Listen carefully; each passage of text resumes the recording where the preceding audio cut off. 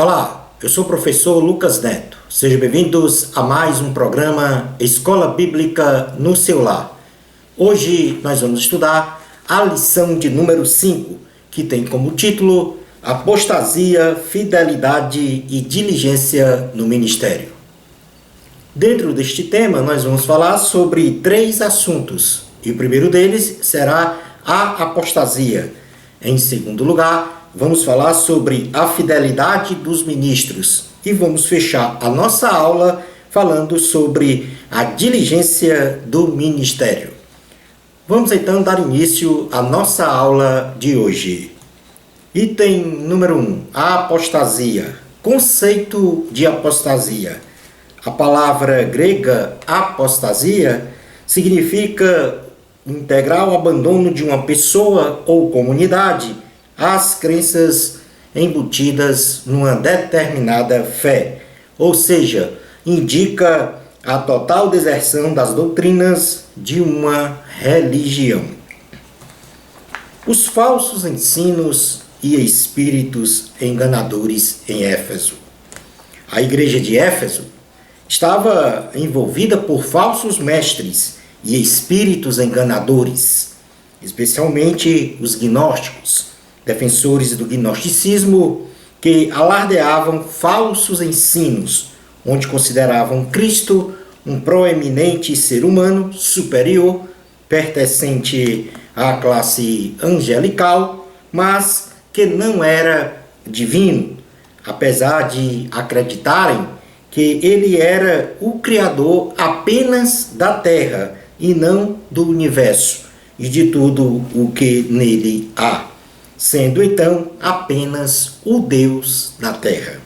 O apóstolo Paulo, na carta aos Efésios, combate esta heresia incisivamente. É o que nós podemos ler na carta aos Efésios, capítulo 1, versículos 15 a 23, que diz assim: Por isso também eu, tendo ouvido a fé que há entre vós no Senhor Jesus, e o amor para com todos os santos, não cesso de dar graças por vós, fazendo menção de vós nas minhas orações, para que o Deus de nosso Senhor Jesus Cristo, o Pai da glória, vos conceda espírito de sabedoria e de revelação no pleno conhecimento dele, iluminados os olhos do vosso coração, para saberdes qual é a esperança do seu chamamento, qual a riqueza da glória da sua herança nos santos, e qual a suprema grandeza do seu poder para com os que cremos,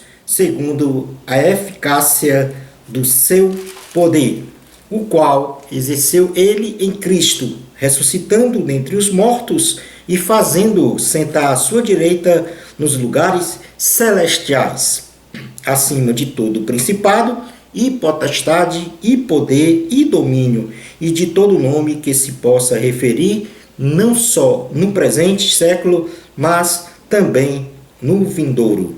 E pôs todas as coisas debaixo dos pés, e para ser o cabeça sobre todas as coisas, o deu à igreja, a qual é o seu corpo, a plenitude daquele que a tudo enche em todas as coisas. Portanto, o apóstolo Paulo aqui faz uma exaltação ao nome do Senhor como supremo sobre todas as coisas. Outros pontos defendidos pelos falsos mestres na igreja de Éfeso era sobre a proibição ao casamento, ferindo formalmente ao propósito de Deus, de que o homem deve deixar pai e mãe e unir-se à sua mulher para ser uma só pessoa e começar a geração de uma família. Além disso, os gnósticos propagavam ritos e obediências a leis inventadas, como, por exemplo, abstinências de alimentos como forma garantida de se purificar e de santificar-se. Vamos fazer uma leitura na primeira carta a Timóteo, capítulo de número 4, versículos do 1 ao 5, onde o apóstolo Paulo fala exatamente sobre estas heresias. Primeira carta a Timóteo, capítulo 4, versículo 1 a 5. Ora, o Espírito afirma expressamente que nos últimos tempos alguns apostatarão da fé, por obedecerem a espíritos enganadores e ensinos de demônios, pela hipocrisia dos que falam mentiras e que têm cauterizadas a própria consciência, que proíbe o casamento e exigem abstinência de alimentos que Deus criou para serem recebidos com ações de graças pelos fiéis e por quantos conhecem plenamente a verdade. Pois tudo que Deus criou é bom, e recebido com ações de graças, nada é recusável, porque pela palavra de Deus e pela oração é santificado. O apóstolo Paulo, também na carta aos Efésios, rebate veementemente a posição de proibição ao casamento e reforça a união de um homem e uma mulher, marido e esposa, na base do amor, como a expressa vontade do Senhor. Efésios, capítulo de número 5, então, carta aos Efésios, capítulo de número 5, versículos 22 ao 33. Diz assim a palavra do Senhor: as mulheres sejam submissas ao seu próprio marido como ao Senhor, porque o marido é o cabeça da mulher, como também Cristo é o cabeça da igreja, sendo este mesmo Salvador do corpo. Como, porém, a igreja está sujeita a Cristo, assim também as mulheres sejam em tudo submissas ao seu marido. Maridos, amai vossa mulher, como também Cristo amou a igreja, e assim mesmo se entregou por ela, para que a santificasse, tendo-a purificado por meio da lavagem de água pela palavra, para a apresentar a si mesmo igreja gloriosa, sem mácula, nem ruga, nem coisa semelhante, porém santa e sem defeito. Assim também, os maridos devem amar a sua mulher como ao próprio corpo. Quem ama a esposa, a si mesmo se ama, porque ninguém jamais odiou a própria carne, antes a alimenta e dela cuida, como também Cristo o faz com a igreja, porque somos membros do seu corpo. Eis porque deixará o homem a seu pai e a sua mãe, e se unirá à sua mulher, e se tornarão os dois uma só pessoa. Grande é este mistério, mas eu me refiro a Cristo e à igreja. Não obstante, vós, cada um de per si, também ame a própria esposa como a si mesmo, e a esposa respeite ao marido. Os falsos ensinos e espíritos enganadores na igreja contemporânea. Portanto, nós vimos os falsos ensinos e espíritos enganadores em Éfeso, e agora vamos ver na igreja contemporânea. A igreja de nossos dias é intensivamente bombardeada por falsos ensinos que desvirtuam o sacrifício de Cristo na cruz do Calvário, desviando sistematicamente o homem da salvação em Cristo. Este desvirtuamento moral, social, ético e espiritual empurram os homens a promoverem os males e corrupções dos nossos dias. É o que diz a segunda carta a Timóteo, capítulo de número 3, versículos 1 a 5. Diz assim a palavra do Senhor: sabe, porém, isto: nos últimos dias sobrevirão tempos difíceis, pois os homens serão egoístas, avarentos, jactanciosos, arrogantes, blasfemadores, desobedientes aos pais, ingratos, irreverentes, desafeiçoados, implacáveis, caluniadores, sem domínio de si, cruéis, inimigos do bem, traidores, atrevidos, enfatuados, mais amigos dos prazeres que amigos de Deus. Tendem forma de piedade, negando-lhe, entretanto, o poder, foge também destes. O combate a estes falsos ensinamentos só serão efetivos Se estes falsos ensinos, falsos mestres e espíritos enganadores forem confrontados com a palavra de Deus, que é absoluta, pura e santa, assim como os bereanos, devemos sempre comparar os ensinos propagados nos mais diversos meios escritos, falados e midiáticos com a palavra de Deus. É o que nós podemos ler em Atos, livro dos Atos dos Apóstolos, em seu capítulo 17, versículos 10 e 11, que diz assim: E logo, durante a noite, os irmãos enviaram Paulo e Silas para Bereia. Ali chegados, dirigiram-se à sinagoga dos judeus. Ora, estes de Bereia eram mais nobres que os de Tessalônica, pois receberam a palavra com toda a avidez, examinando as Escrituras todos os dias, para ver se as coisas eram de fato assim. A palavra de Deus revela que antes da vinda do Senhor, nos últimos dias, o homem da iniquidade se revelará, isto é, o anticristo, e virá então uma apostasia generalizada da fé, dando-se crédito ao filho da perdição. Não nos deixemos sermos enganados. É o que diz na segunda carta aos Tessalonicenses, em seu capítulo de número 2, segunda carta aos Tessalonicenses, capítulo 2, versículos 1 a 12, que diz assim: Irmãos, no que diz respeito à vinda de nosso Senhor Jesus Cristo e à nossa reunião com Ele, nós vos exortamos a que não vos demovais da vossa mente com facilidade, nem vos perturbeis, quer por espírito, quer por palavra, quer por epístola, como se procedesse de nós, suponho tenha chegado o dia do Senhor. Ninguém de nenhum modo vos engane, porque isto não acontecerá sem que primeiro venha a apostasia e seja revelado o homem da iniquidade, o filho da perdição, o qual se opõe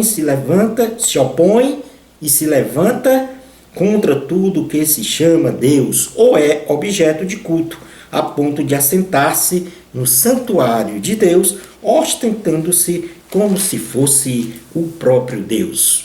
Não vos recordais de que ainda convosco eu costumava dizer-vos estas coisas? E agora sabeis o que o detém, para que ele seja revelado somente em ocasião própria. Com efeito, o mistério da iniquidade já opera, e aguarda somente que seja afastado aquele que agora o detém. Então será de fato revelado o iníquo, a quem o Senhor Jesus matará com o sopro de sua boca e o destruirá pela manifestação de sua vinda.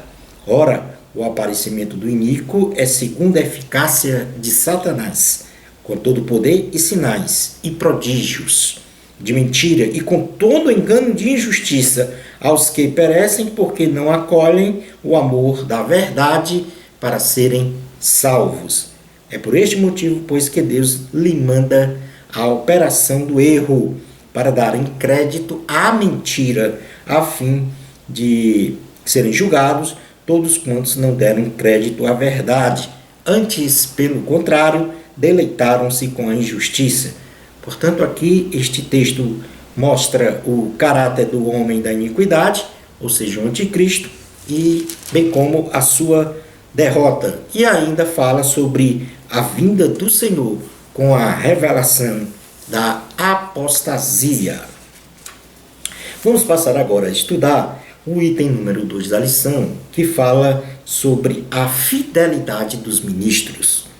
O apóstolo Paulo, ele exorta ao jovem Timóteo a não se apartar da palavra e também ensinar os preceitos da palavra de Deus, rejeitando mitos, lendas e fábulas que em nada edificam. A palavra de Deus é verdadeira, ela é inerrante, infalível e proveitosa tanto no plano terrenal como no plano celestial. Vamos fazer uma leitura na primeira carta a Timóteo, em seu capítulo de número 4, versículos 6 a 10, que diz assim: expondo estas coisas aos irmãos, serás bom ministro de Cristo Jesus, alimentado com as palavras da fé e da boa doutrina que tens seguido. Mas rejeita as fábulas profanas e de velhas caducas. Exercita-te pessoalmente na piedade, pois o exercício físico para pouco é proveitoso, mas a piedade para tudo é proveitosa, porque tem a promessa da vida que agora é e a da que há de ser. Fiel é esta palavra e digna de inteira aceitação. Ora, é para esse fim que trabalhamos e nos esforçamos sobremodo, porquanto temos posto a nossa esperança no Deus vivo, Salvador de todos os homens, especialmente dos fiéis. Logo, os ministros de Deus devem se manter fiéis aos ensinamentos da palavra de Deus, por causa dos princípios fundamentais desta palavra, que não se sujeita a subjetividades humanas ou humanísticas. A palavra de Deus, ela é divina, ela é absoluta, ela é pura e santa. E agora nós vamos passar a mencionar estes princípios fundamentais da palavra, para que assim nós tenhamos a essência de a quem nós somos fiéis. Em primeiro lugar, o primeiro princípio é a autossuficiência da Bíblia Sagrada. A Bíblia Sagrada, ela é superior a todos os escritos. Ela é autossuficiente e fala por si mesma, ou seja, interpreta por si mesmo os seus preceitos. É o que diz em Isaías, capítulo de número 8, livro do profeta Isaías, capítulo de número 8, versículos 19 a 22. Diz assim a palavra do Senhor: quando vos disserem, consultai os necromantes e os adivinhos, que chileiam e murmuram, acaso não consultará o povo ao seu Deus? A favor dos vivos se consultarão os mortos? À lei e ao testemunho. Se eles não falarem desta maneira, jamais verão a alva. Passarão pela terra duramente oprimidos e famintos. E será que quando tiverem fome, enfurecendo-se, amaldiçoarão ao seu rei e ao seu Deus, olhando para cima, olharão para a terra, e eis aí angústia, escuridão e sombras de ansiedade, e serão lançados para densas trevas. Portanto, este texto fala que o Senhor é a nossa esperança e é a Ele que nós devemos consultar em tudo. Portanto, a palavra de Deus, ela é autossuficiente e fala por si mesma. No segundo princípio, nós podemos dizer que a palavra de Deus, ela é a totalidade. A Bíblia Sagrada, ela não contém a palavra de Deus. Ela é a palavra de Deus em sua totalidade. Segunda carta a Timóteo, capítulo de número 3. Na segunda carta a Timóteo, capítulo de número 3, versículos 14 e 16, diz assim a palavra do Senhor. Melhor dizendo, segunda carta a Timóteo, capítulo 3, versículos 14 a 17. Tu, porém, permanece naquilo que aprendeste, de que foste inteirado, sabendo de quem o aprendeste, e que desde a infância sabes as sagradas letras que podem tornar-te sábio para a salvação pela fé em Cristo Jesus. Toda a Escritura é inspirada por Deus e útil para o ensino, para a repreensão, para a correção, para a educação na justiça, a fim de que o homem de Deus seja perfeito e perfeitamente habilitado para toda boa obra.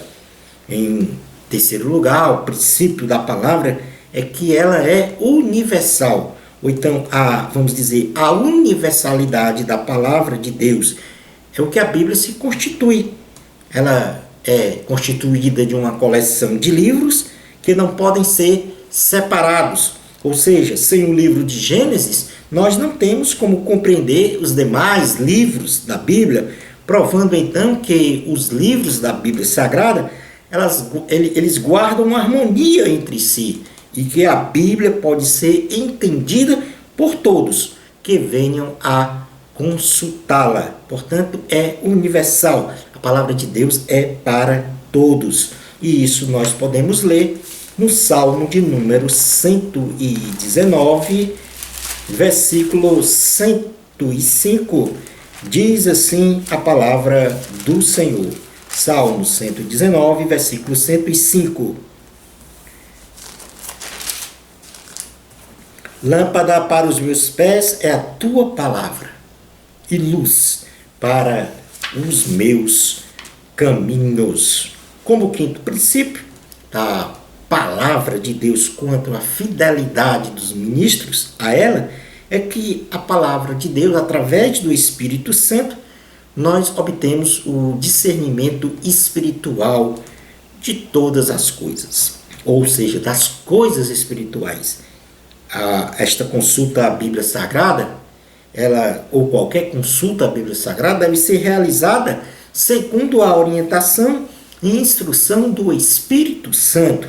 Todas as vezes que a palavra de Deus venha a ser consultada em oração, nós devemos invocar o Espírito de Deus para nos contemplar com o dom de discernimento espiritual, para assim compreendermos todos os ensinamentos de forma fidedigna, para que não haja então uma deturpação da palavra do Senhor. Na primeira carta aos Coríntios, em seu capítulo de número 6, ou melhor dizendo, número 2, do versículo 6 a 16, diz assim a palavra do Senhor. Entretanto, expomos sabedoria entre os experimentados, não porém a sabedoria deste século, nem a dos poderosos desta época, que se reduzem a nada. Mas falamos a sabedoria de Deus em mistério, outrora oculta, a qual Deus preordenou desde a eternidade para a nossa glória. Sabedoria essa que nenhum dos poderosos deste século conheceu, porque se a tivessem conhecido, jamais teriam crucificado o Senhor da glória. Mas como está escrito, nem olhos viram, nem ouvidos ouviram, nem jamais penetrou em coração humano o que Deus tem preparado para aqueles que o amam. Mas Deus nos revelou pelo Espírito, porque o Espírito a todas as coisas perscruta, até mesmo as profundezas de Deus. Por qual dos homens sabe as coisas do homem, senão seu próprio Espírito que nele está? Assim também as coisas de Deus. Ninguém as conhece, senão o Espírito de Deus. Ora, nós não temos recebido o Espírito do mundo, e sim o Espírito que vem de Deus, para que conheçamos o que por Deus nos foi dado gratuitamente.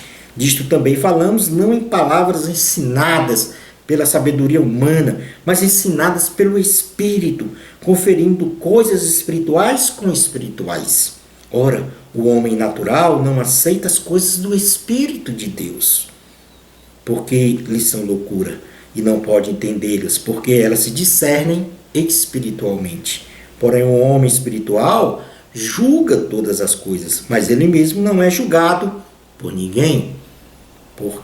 Pois quem conheceu a mente do Senhor, que o possa instruir, nós, porém, temos a mente de Cristo. Portanto, todo o ensino vem através do Espírito Santo. Passemos agora, então, a estudar sobre a diligência do ministério. O apóstolo Paulo exorta a Timóteo que trabalhe diligentemente na obra do Senhor, não permitindo que ninguém desprezasse a sua mocidade, que presumidamente talvez implicasse em pouca maturidade, visto que a igreja de Éfeso tinha muitos anciãos, homens experimentados. Paulo então conclama Timóteo a ser um padrão dos fiéis, isto é, ser um exemplo fidedigno de homem de Deus entre os fiéis, na palavra, no procedimento, no amor, na fé e na pureza. Vamos fazer uma leitura na primeira carta a Timóteo, capítulo de número 4, versículos do 11 até o 14. Diz assim a palavra do Senhor: ordena e ensina estas coisas. Ninguém despreze a tua mocidade, pelo contrário, torna-te padrão dos fiéis na palavra, no procedimento, no amor, na fé e na pureza. Até a minha chegada, aplica-te à leitura, à exortação e ao ensino. Não te faças negligente para com o dom que há em ti, o qual te foi concedido, mediante profecia, com a imposição de mãos no presbitério. Medita estas coisas e nelas ser diligente, para que o teu progresso a todos seja manifesto. Mas o que significa ser exemplo entre os fiéis? Na palavra, no procedimento, no amor, na fé e na pureza, como Paulo então registrou nesta carta a Timóteo. Vamos então trabalhar o primeiro aspecto, que é na palavra. Ser exemplo na palavra significa que devemos sempre proferir palavras de edificação, guardando então a nossa boca das murmurações, da destruição, de impropérios, melhor dizendo, das palavras torpes, das fofocas, das contendas que em nada edificam, santificam ou abençoam o ser humano. Vamos fazer uma leitura no Evangelho de Jesus Cristo, segundo escreveu Mateus, em seu capítulo de número 12. Mateus, capítulo de número 12, versículos 33 a 37. Diz assim a palavra do Senhor: ou fazei a árvore boa e o seu fruto bom, ou a árvore má e o seu fruto mau. Porque pelo fruto se conhece a árvore. Raça de víboras, como podeis falar coisas boas sendo maus?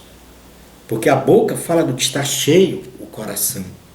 O homem bom tira do tesouro bom coisas boas, mas o homem mau, do mau tesouro, tira coisas más. Digo-vos que de toda palavra frívola que proferirem os homens, dela darão conta no dia do juízo. Porque pelas tuas palavras será justificados, e pelas tuas palavras serás condenado. Em segundo lugar, o que significa ser exemplo entre os fiéis no procedimento? Deus retribui a cada um segundo o seu procedimento. E nós devemos ser verdadeiros no que dizemos ser. Só seremos sábios e inteligentes se praticarmos a nossa fé, alicerçados em boas obras, com um procedimento íntegro, reto, idôneo e ilibado. É o que diz Tiago, em seu capítulo de número 3, versículos 13 a 18. Diz assim a palavra do Senhor: quem entre vós é sábio e inteligente? Mostre mansidão de sabedoria, mediante condigno proceder às suas obras. Se pelo contrário, tendes em vosso coração inveja amargurada e sentimento faccioso, nem vos glorieis disso, nem mintais contra a verdade. Esta não é a sabedoria que desce lá do alto, antes é terrena, animal e demoníaca. Pois onde há inveja e sentimento faccioso, aí há confusão e toda espécie de coisas ruins. A sabedoria, porém, lá do alto é primeiramente pura, depois pacífica, indulgente, tratável, plena de misericórdia e de bons frutos, imparcial, sem fingimento. Ora, é em paz que se semeia o fruto da justiça para os que promovem a paz. Em terceiro lugar, o que significa ser exemplo entre os fiéis no amor? O amor de Deus, ele é indescritível. Entretanto, podemos dizer que o amor, antes mesmo de ser manifestado como um sentimento, ele deve ser confirmado por um comportamento, segundo as características próprias do amor enumeradas pelo apóstolo Paulo, no capítulo 13 da primeira carta aos Coríntios. Então, na primeira carta aos Coríntios, capítulo de número 13, versículos 4 a 7, traz aqui uma série de características do que é o verdadeiro amor, o amor como dom supremo. Então, onde tem a palavra amor, você deve colocar o seu nome para que você possa, então, medir se o amor que há em você é o amor que é o amor de Deus. Então, eu vou usar o meu próprio nome e você, então, depois faz uma leitura meditativa usando o seu nome no lugar da palavra amor. Então, a palavra de Deus diz assim: o Lucas é paciente. Então, eu já tenho que pensar se realmente eu sou paciente. Se eu tenho esta característica, que é uma característica do amor. O Lucas é benigno. O Lucas não arde em ciúmes. O Lucas não se ufana. O Lucas não se ensoberbece. O Lucas não se conduz inconvenientemente. O Lucas não procura os seus interesses. O Lucas não se exaspera. O Lucas não se ressente do mal. O Lucas não se alegra com a injustiça, mas o Lucas regozija-se com a verdade. O Lucas tudo sofre, o Lucas tudo crê, o Lucas tudo espera, o Lucas tudo suporta. Portanto, aqui são as características desse amor como dom supremo que nós devemos então ter em nosso comportamento antes mesmo de ser um sentimento. Em quarto lugar, o apóstolo Paulo disse a Timóteo que ele fosse um exemplo entre os fiéis na fé. No sentido apologético da fé, o cristão deve estar preparado para responder a todo aquele que nos pedir a razão da nossa crença em Jesus. Ou seja, quando alguma pessoa perguntar para nós, por que é que você crê em Jesus? Então nós temos que estar preparados para responder a esta questão. E para isso nós devemos impreterivelmente ter o conhecimento da palavra de Deus, manifestando então a nossa fé com mansidão, com temor e com boa consciência, sempre fazendo bem a todos. É o que diz na primeira carta de Pedro, capítulo de número 3, primeira carta de Pedro, capítulo de número 3, versículos 13 a 17, diz assim a palavra do Senhor: ora, quem é que vos há de maltratar se fordes zelosos do que é bom? Mas ainda que venhais a sofrer por causa da justiça, bem-aventurados sois. Não vos amedronteis, portanto, com as suas ameaças, nem fiqueis alarmados. Antes, santificai a Cristo como Senhor em vosso coração, estando sempre preparados para responder a todo aquele que vos pedir a razão da esperança que há em vós, fazendo todavia com mansidão e temor, com boa consciência, de modo que naquilo em que falam contra vós outros fiquem envergonhados, dos que o difama o vosso bom procedimento em Cristo. Porque se for da vontade de Deus, é melhor que sofrais por praticardes o que é bom do que praticando o mal. Na concepção espiritual, a fé sobrenatural é a fé advinda diretamente do Senhor, que atinge a profundidade do inexplicável, que ultrapassa os limites do conhecimento e das perspectivas humanas, garantindo então ao detentor desta fé inabalável uma fortaleza espiritual de vislumbrar as coisas que não são como já sendo reais ou existentes. Então, portanto, fora da apologética com relação ao nosso proceder, a nossa fé é crer que as coisas que não são como já sendo uma realidade. E isso a gente pode ler na carta aos Hebreus, em seu capítulo de número 11, versículo 1, que traz exatamente essa definição de fé.